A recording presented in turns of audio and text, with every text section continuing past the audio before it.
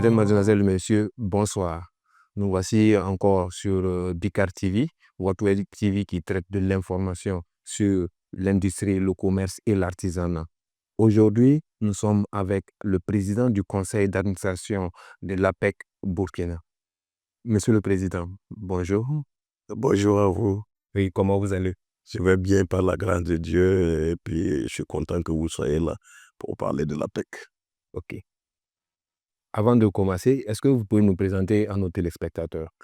Merci. Je suis Samuel Kalkundo. De formation, je suis inspecteur des impôts, économiste en plus. Je suis le président du conseil d'administration de l'APEC. OK. Monsieur le Président, en une phrase, qu'est-ce que c'est que l'APEC?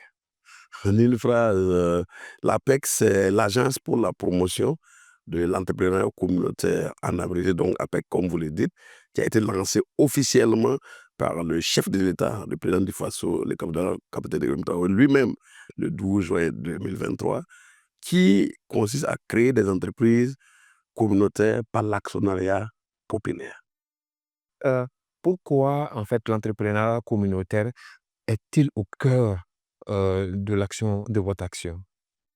Oui, il faut dire que son Excellence, le camarade capitaine Ibrahima Traoré, président du chef de l'État, était visionnaire. C'est quelqu'un qui dit que pour que le développement soit profitable à tous, il faut que tout le peuple s'implique, soit au cœur du développement. Voilà pourquoi c'est actionnaire communautaire. Pourquoi? Parce que c'est le peuple lui-même qui est propriétaire des entreprises qu'on crée, qui va y travailler, qui va produire en amont, c'est-à-dire qui va produire ce qui va être transformé et qui va jouir des fruits donc, de la production. Donc, ça, c'est le développement partagé communautaire, tout le peuple y gagne. Voilà pourquoi l'entrepreneuriat communautaire est au cœur de l'action. Oui, au cœur de l'action, l'actionnaire, l'APEC, mais à qui s'adresse prioritairement cette institution créée par le président du Faso? Merci. Il faut dire que, a priori, c'est tous les Burkinabés, l'ensemble des Burkinabés, quel que soit son statut religieux, politique, c'est-à-dire sans distinction aucune. Que tu vis au Burkina Faso ou que tu vis hors du Burkina, que nous appelons communément la diaspora. OK. Qu'est-ce qui change concrètement l'APEC dans la vie des communautés? Quand nous prenons de façon... Je vous ai dit tantôt que c'est le développement par le peuple pour le peuple. Donc, ce qui change, c'est quoi? Imaginez-vous que vous prenez l'ensemble des Burkinabés, ont créé par exemple l'usine de Bobo, les productions, les champs de production de tomates. C'est fait des Burkinabés qui vont vendre à Sobeto, qui est encore l'entreprise des Burkinabés qui sont les souscripteurs et des Burkinabés travaillent dans ces entreprises. Ces entreprises vont produire et vendre encore à des Burkinabés a priori et après, il y aura des bénéfices qui seront encore partagés à des Burkinabés qui sont les souscripteurs. Donc, vous voyez, donc, c'est une entreprise pour les Burkinabés. Oui, une entreprise pour les Burkinabés, mais quels sont aujourd'hui en fait, le programme phare de l'APEC? Merci. Bon, d'abord, il y a un premier pacte que vous savez bien, depuis le lancement, il y a la mise en opération directe que vous êtes au courant, vous avez suivi, vous les journalistes, à Bobo. Et il y a déjà l'usine de transformation de tomates de Bobo, Sobeto, qui est fonctionnelle, qui a produit, qui est en train de produire. Et il y a aussi l'usine de transformation de tomates de Tenkodogo, qui est déjà fonctionnelle, bon, qui n'est pas fonctionnelle pour le moment, mais en tout cas, les travaux sont avancés et nous pensons que d'ici fin février, fin mars, nous allons pouvoir faire sortir donc, les premières boîtes de tomates. Il y a aussi l'usine de l'or à Belmera dans Gawa. Donc, pour dire que le programme FAIR, c'est d'abord transformer nos matières premières uniquement pour le moment, qui concernent les tomates.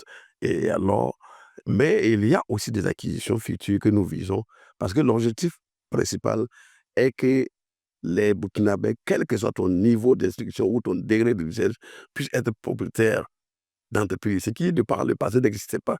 Parce que les gens pensaient que les grandes entreprises, c'est ceux qui ont l'argent, qui peuvent se permettre d'avoir des actions. Elles sont excellents, le président et du phare chef d'État Capitaine Ibrahim Traoré est venu démystifier ça. Donc, le programme FAST, le programme du peuple, pour construire ces 3 usines d'abord. Bien sûr, il y aura d'autres programmes à suivre. OK. Mais aujourd'hui, si en fait, l'APEC s'adresse à tous les Burkinabés, à combien de personnes aujourd'hui on peut en fait estimer, le nombre d'actionnaires? Bon, c'est vrai que notre ambition qui était quand même d'avoir 1 million de souscripteurs rapidement n'est pas encore atteint, mais il faut noter qu'actuellement, l'APEC a plus de 300 000 souscripteurs. Voilà. OK.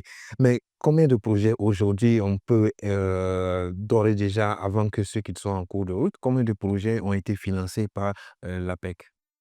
Il y a ce qu'on appelle, vous me permettez de revenir sur ça, parce qu'il y a ce que l'APEC permet de prendre des parts. Vous savez qu'il y a l'usine de transformation de tomates de chez Yako, Oui. qui était donc facilitée par la Scoop Bâti l'Avenir, dirigée donc par le PCA Aziz Mien.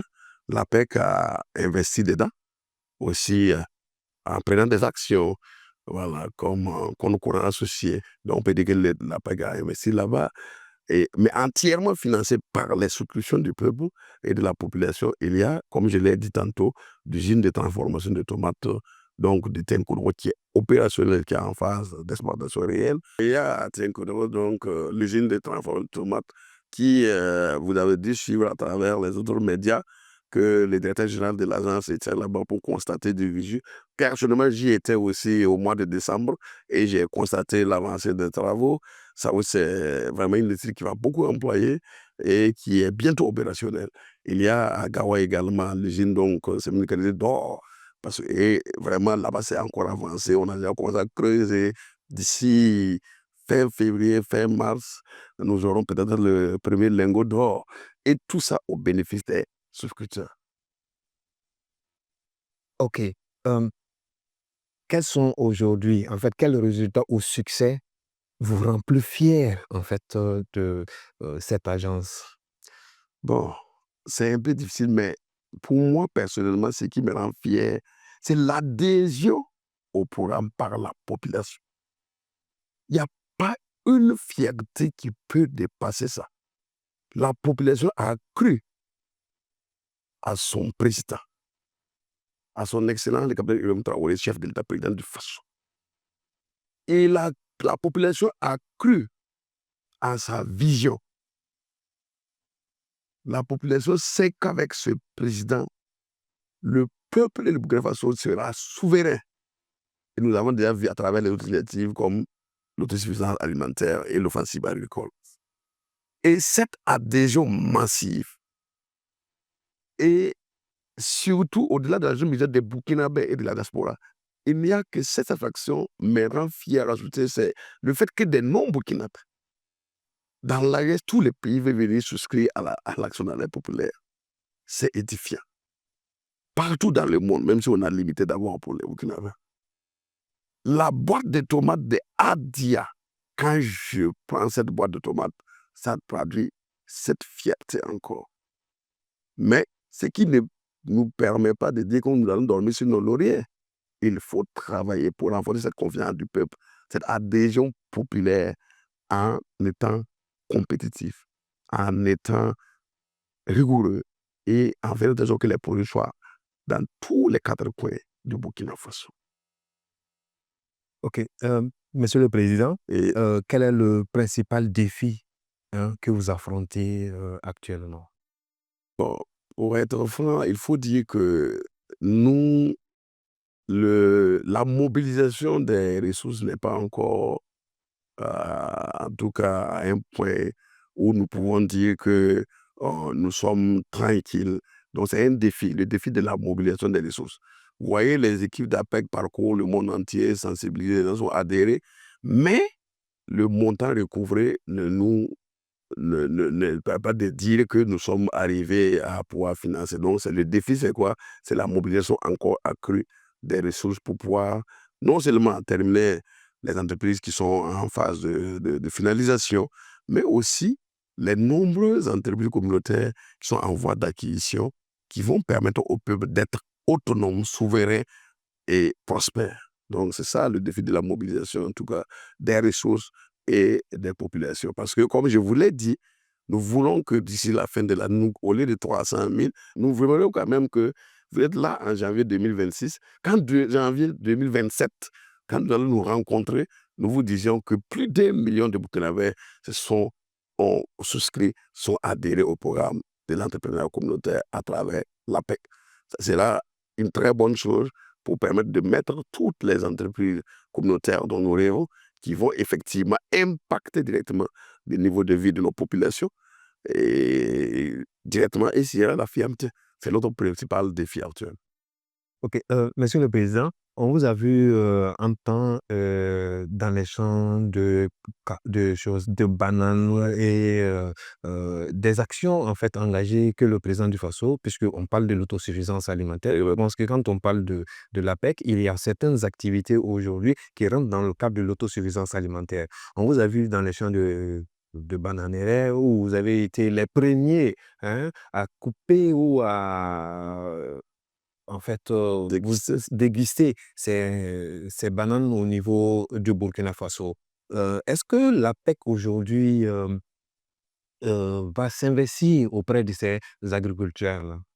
Merci beaucoup. Il faut dire, je peux dire que avec l'ambition de notre grand leader éclairé et visionnaire, son excellent le président du Faso, chef de l'État, notamment le camarade capitaine Ibrahim Traoré, qui veut que pour parler de développement, il faut se nourrir d'abord.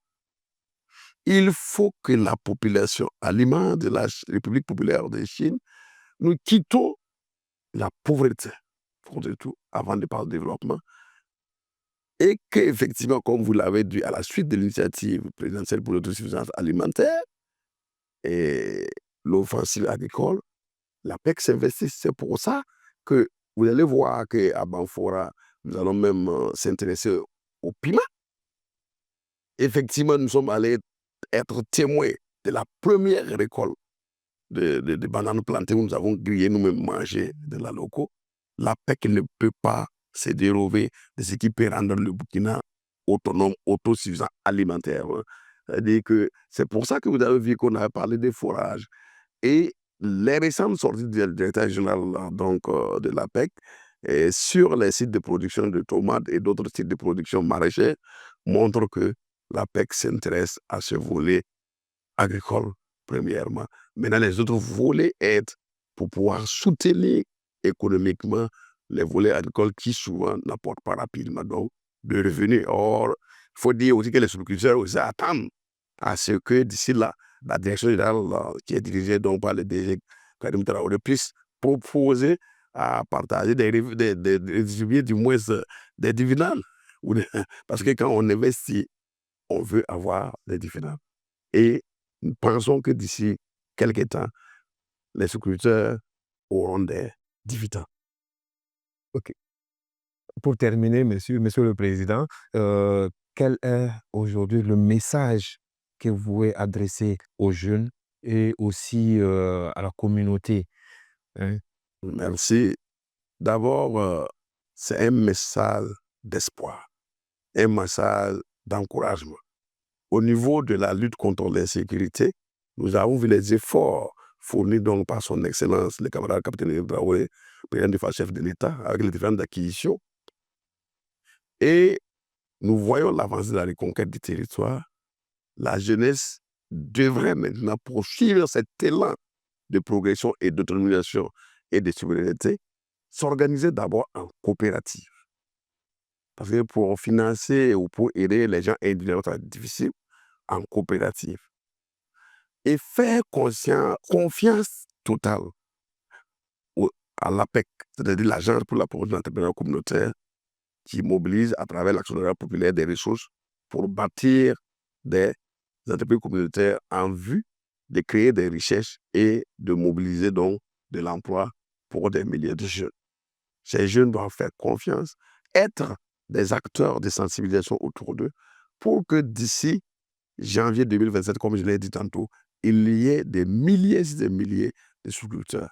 Mais que les jeunes sachent que si on peut se mobiliser pour faire des activités récréatives, nous devons pouvoir être capables d'être unis pour créer des entreprises, pour créer et aller cultiver des champs de tomates et autres, et pour venir investir massivement dans l'action populaire à travers l'APEC pour récolter des dividendes ultérieurement. En investissant à l'APEC, tu fais un acte patriotique. Primo, parce que tu participes à la consolidation du développement économique, à la création d'entreprises et d'industries. Tu es acteur principal donc de développement et de la révolution progressive populaire lancée par son Excellence le président du Faso. Tu vas récolter des dividendes et tu es fier d'accomplir ton devoir et ton amour pour la patrie. Donc, on gagne toujours en investissant à l'APEC pour sa patrie, pour la génération future et pour la souveraineté. Son Excellence, le capitaine Traoré, le président du Faso, chef de l'État, a dit les faibles disparaîtront. Mais si la jeunesse est unie par le travail et non par l'oisiveté et uniquement par les loisirs, nous allons construire une nation forte. Surtout que nous avons cette chance, cette génération actuelle et même la génération à venir, d'avoir un président visionnaire, éclairé, d'un leadership jamais égalé à travers le monde et l'Afrique. Vous constatez que les gens veulent même, si on peut permettre, de voler notre président. Donc, en ayant cette chance, ce qui reste à la jeunesse, c'est de s'unir, de s'organiser pour créer des entreprises, pour créer des industries, pour investir massivement à l'APEC, pour qu'ensemble, nous construisons vraiment un Burkina radieux. J'invite la jeunesse burkinabé à être unie. Derrière ce jeune président, bien sûr, qui est... C'est ici. Ce jeune président-là, et comme je le disais, tout le monde entier, quand tu vois à travers le monde, tout le monde veut avoir un président comme le nôtre. C'est une fierté. Et à l'image du père de la révolution d'août 83, son excellent capitaine Traoré est venu encore donner de l'espoir au peuple africain. Il n'est pas dit au Burkinabé seulement, au peuple africain. Et comme vous avez parlé de jeunesse, il est jeune, que toute la jeunesse burkinabé vivant sur le sol burkinabé ou de la diaspora, que nous unissons nos forces pour investir massivement à l'APEC, pour créer des coopératives et pour créer des entreprises de production pour soutenir cette démarche et cette progression fulgurante. OK. Merci, Monsieur le Président. Merci de nous avoir en fait reçus chez vous pour cet entretien et nous espérons en fait vous revoir très prochainement. Nous espérons en fait vous rencontrer très bientôt pour faire un point encore sur l'Agence pour la promotion de l'entrepreneuriat communautaire. À vous, téléspectateurs de Bicart TV, nous vous donnons notre rendez-vous très prochainement également avec d'autres invités. Merci et à bientôt.